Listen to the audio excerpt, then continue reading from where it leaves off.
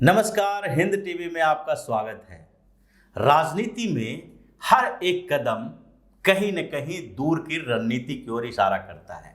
सियासत में हर एक दांव फूंक फूंक के खेला जाता है और अखिलेश यादव ने जो नया कदम उठाया है उससे सियासी गलियारों में चर्चा तेज हो गई है, क्योंकि जब भी चुनाव हुए हैं और किसी बड़े नेता ने अपने लोकसभा सदस्य रहते हुए विधानसभा का चुनाव लड़ा है, तो ऐसी स्थिति में जब उस पार्टी की उस राज्य में जीत नहीं होती है तो हमेशा से विधानसभा की सदस्यता से इस्तीफा देता है और उसके साथ लोकसभा सदस्य बने रहते हैं। लेकिन अखिलेश यादव ने इस बार एक नया कदम उठाया है। उन्होंने दिल्ली के बदले लखनऊ रहना चुना और इसके पीछे एक बड़ी वजह दिखाई पड़ रही है, क्योंकि अखिलेश यादव या फिर कोई दूसरे नेता भी ऐसी स्थितियों में उनसे यही उम्मीद की जाती है कि वो विधानसभा की सदस्यता छोड़ देंगे और उसके साथ ही लोकसभा में रहेंगे और लोकसभा की सदस्यता को बरकरार रखेंगे। लेकिन अखिलेश यादव ने ऐसा नहीं किया। वो विधानसभा की सदस्यता रखे रहे और संसद की सदस्यता से इस्तीफा दे दिया। उन्होंने लखनऊ में ही अपना पूरा सियासत केंद्रित करने की कोशिश की है। वो नेता प्रतिपक्ष बनाए गए हैं और अब विधानसभा के रास्ते उत्तर प्रदेश में समाजवादी पार्टी को आगे बढ़ाने की रणनीति बना रहे हैं। अगर देखा जाए तो इस विधानसभा चुनाव में अखिलेश यादव को पूरी उम्मीद थी कि इस बार समाजवादी पार्टी भारतीय जनता पार्टी को हरा देगी। यानी अखिलेश यादव ने इसके लिए अलग अलग क्षेत्रों में, जो उत्तर प्रदेश के कई रीजन्स हैं, वहां पर छोटे दलों से गठबंधन भी किया और भारतीय जनता पार्टी के खिलाफ एक बड़ा अभियान चलाया। लेकिन आखिरकार समाजवादी पार्टी को कुछ फायदा हुआ और जीत से वो काफी दूर रह गए। लेकिन अब अखिलेश यादव इस विधानसभा चुनाव को भूल चुके हैं और उनकी तैयारी जो चल रही है वो अगले लोकसभा चुनाव की है, क्योंकि जिस तरह के समीकरण लोकसभा चुनाव के लिए बनाए जाने हैं उसका रास्ता विधानसभा से होकर निकलेगा, न कि लोकसभा से होकर। इसलिए उन्होंने दिल्ली के बदले लखनऊ को चुना है।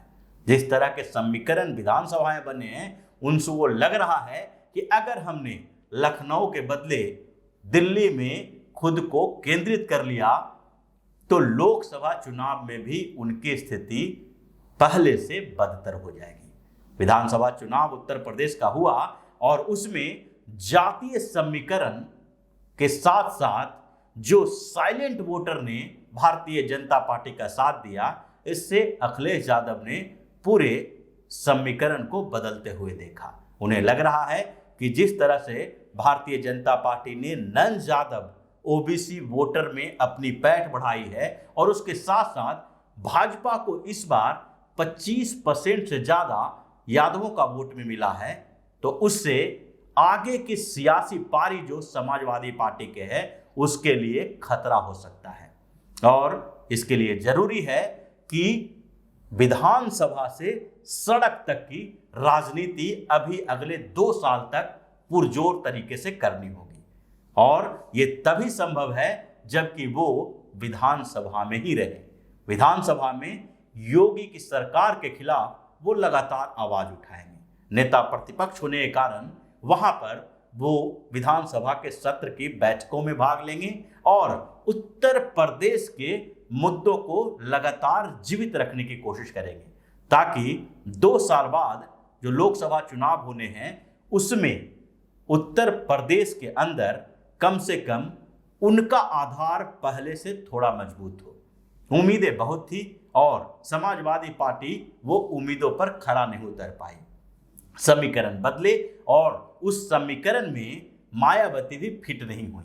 मायावती की स्थिति इस बार बहुत ही खराब है और अखिलेश यादव को या फिर दूसरी सियासी पार्टियां जो उत्तर प्रदेश की है उसे भी ये अनुभव है कि इस बात की संभावना बढ़ रही है कि जिस तरह से मायावती ने लोकसभा चुनाव के लिए तैयारी शुरू की है, उसमें उनका समीकरण जो विधानसभा चुनाव में बिखरा है उसको समेटने की कोशिश करेंगे, क्योंकि समाजवादी पार्टी और बसपा दोनों के बीच वहां कांटे की टक्कर है और बसपा मुखिया मायावती ने पहले ही राज्यसभा से इस्तीफा दे दिया है।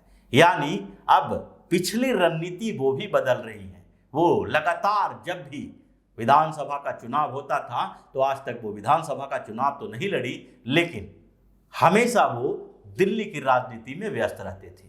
लेकिन इस बार उनकी रणनीति भी बदली है और इसके साथ साथ एक नया समीकरण भी उत्तर प्रदेश में बनने की संभावना है, क्योंकि जिस तरह से मायावती को एक सीट पर सिमट कर रहना पड़ा है, उससे मायावती को ये लगने लगा है कि अब पुराने या परंपरागत राजनीति से काम नहीं चलेगा। जिस तरह वो बार बार मुस्लिम वोटरों को लुभाने के लिए ज्यादा से ज्यादा मुस्लिम कैंडिडेट खड़ा करती रही हैं, उसका भी जो उनका स्ट्रेटजी थी वो विफल रही, क्योंकि मुसलमानों ने बसपा को बिल्कुल ही वोट नहीं दिया, दरकिनार करके रख दिया। यहां तक कि भारतीय जनता पार्टी को मुस्लिमों का 8% वोट मिला, जबकि मायावती को 7% के आसपास मुस्लिम वोट मिले हैं। यानी मायावती और कांग्रेस दोनों को मुसलमानों ने रिजेक्ट कर दिया।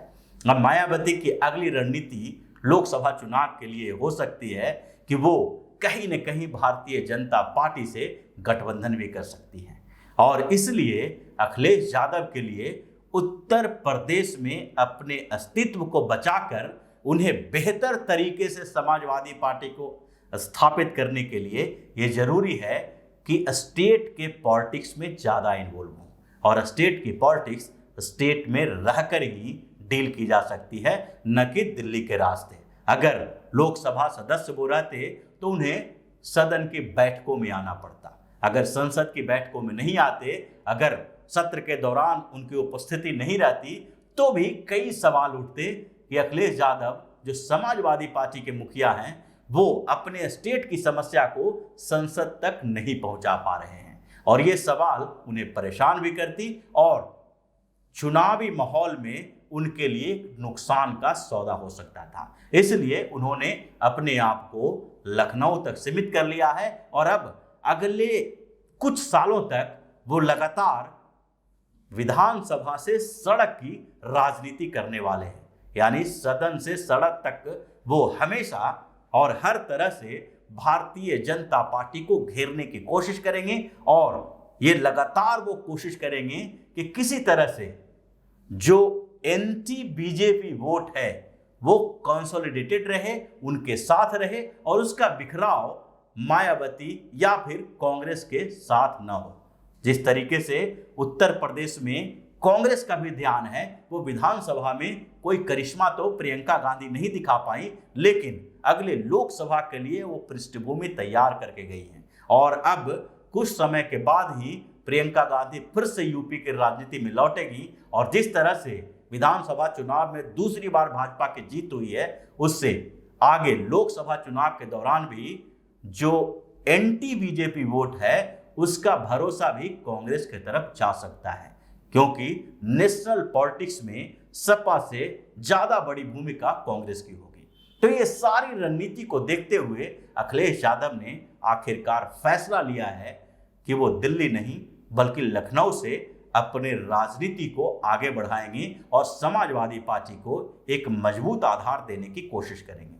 तो इसी तरह की खबरों के साथ फिर से हाजिर होंगे, तब तक के लिए बने रहिए हमारे साथ और देते रहिए हमें सहयोग, ताकि इसी तरह की खबर हम आपके लिए लाते रहें। धन्यवाद। अगर आपको हमारा वीडियो पसंद आया हो तो इसे लाइक करें, इस चैनल को सब्सक्राइब करें और हाँ, बेल आइकन भी दबाएं ताकि आप तक हमारे वीडियो की नोटिफिकेशन पहुंचते रहें। हमसे जुड़े रहने के लिए अपने सुझाव हमें कमेंट बॉक्स में देते रहें। हमें आपके सुझाव का इंतजार रहेगा। हमारे साथ जुड़ने के लिए धन्यवाद।